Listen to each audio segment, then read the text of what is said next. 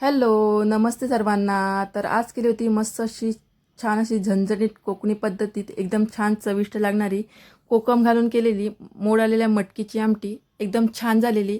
तुम्हाला नक्की आवडणार. त्यासाठी तुम्ही हा व्हिडिओ स्किप न करता पूर्ण बघा आणि आवडल्यास एक व्हिडिओला लाईक करा, चॅनलला पण सबस्क्राईब करा. चला तर मग सुरुवात करूया. तर सर्वात अगोदर तुमचं स्वागत करते माझ्या चॅनलवर सुषमा मालवणी किचनला. तर हे बघा, छान अशी मोड आलेली मटकी घेतली. 1 वाटी अशी मटकी होती. तर ते थोडं भाजून घ्यायची. त्यासाठी गॅसवर मी पॅन ठेवला. त्या पॅनमध्ये सर्व मटकी घातली आणि 2-3 मिनिट भाजून घ्यायची. भाजल्यामुळे त्याला कच्चापणा आणि हिरवटपणा लागतो, तो निघून जातो आणि आमटीला छान अशी चव येते. हे बघा, 2-3 मिनिट भाजून घेतली आणि काढून घेते.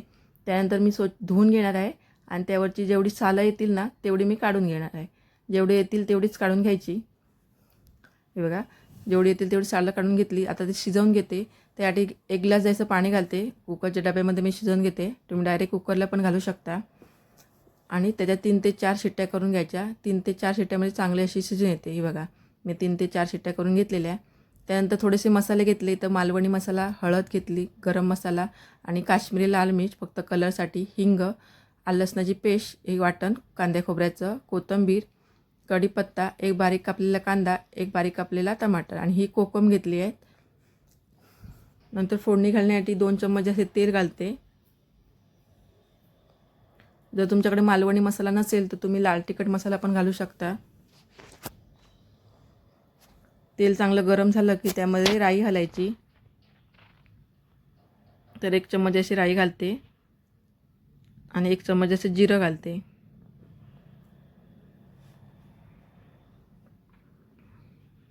आणि कढीपत्ता घालायचा आणि थोडं भाजलं, थोडं तडतडसा आवाज आला की कांदा घालून घ्यायचा. कांदा 2 मिनटं असं लालसर होईपर्यंत भाजून घ्यायचा.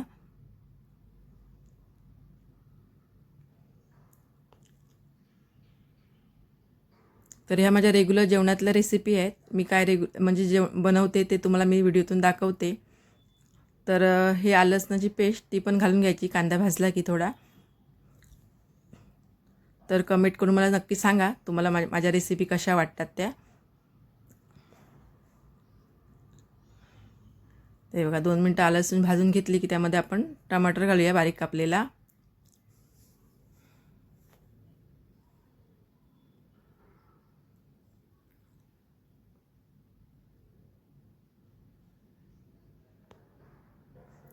हे सर्व असं भाजलं तर टमाटर मऊ झाला की त्यामध्ये आपण हिंग घालते, थोडंसं हिंग घालते आणि मसाले घालून घ्यायचे.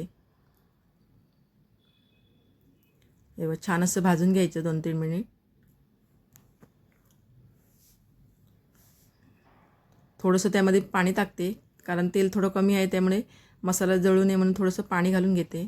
तर हे मटकीचंच पाणी आहे ना तेच थोडंसं घालून घेते आणि चांगलं असं भाजून घ्यायचं 2 मिनटं. हे बघ, छान असा मसाला भाजला आहे. त्यामध्ये आता ही मटकी घालून घेते.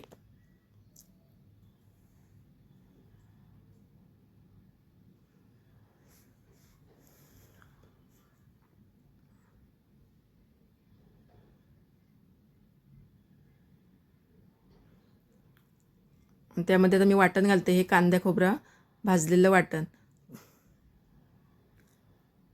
तर अशा प्रकारे मी करून ठेवते वाटण, कारण आम्हाला सर्व जेवणामध्ये वाटण केलं लागतंच. भाज्यामध्ये, असं उसळमध्ये किंवा चिकन मटनमध्ये. त्यामुळे असं मी बनवून ठेवते. तर हे बघा, थोडीशी आमटी जाड आहे ना म्हणून मी गरम पाणी घालायचं, थंड नाही पाणी घालायचं. तर मी ते गरम करायला पाणी ठेवलेलं, ते पाणी घालून घेते. तुम्हाला किती जाड पाहिजे त्याप्रमाणे तुम्ही पाणी घाला. थोडीशी मी पातळ ठेवणार आहे आमटी, त्यासाठी पाणी घातलं आणि चवीप्रमाणे मीठ घालते. मीठ घातलं नव्हतं.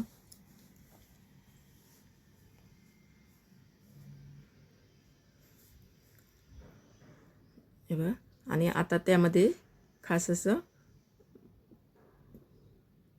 कोकम घालायची. हे बघा, मस्त कोकममुळे काही चांगली अशी चव येते आणि त्याला छान अशी उकळी येऊ द्यायची. 2-3 मिनटात छान उकळी आली ना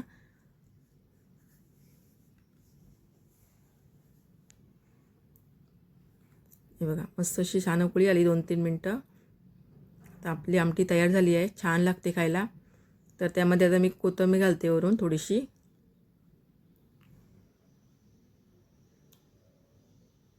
तर तुम्ही अशा प्रकारे करून नक्की पहा, तुम्हाला नक्की आवडणार. आणि आवडल्यास एक व्हिडिओला लाईक करा, चॅनलला पण सबस्क्राईब करा आणि कमेंट करून पण सांगा कशा वाटतात रेसिपी. आणि तुम्ही करून पण बघा, अशा प्रकारच्या तुम्हाला छान नक्की आवडतील.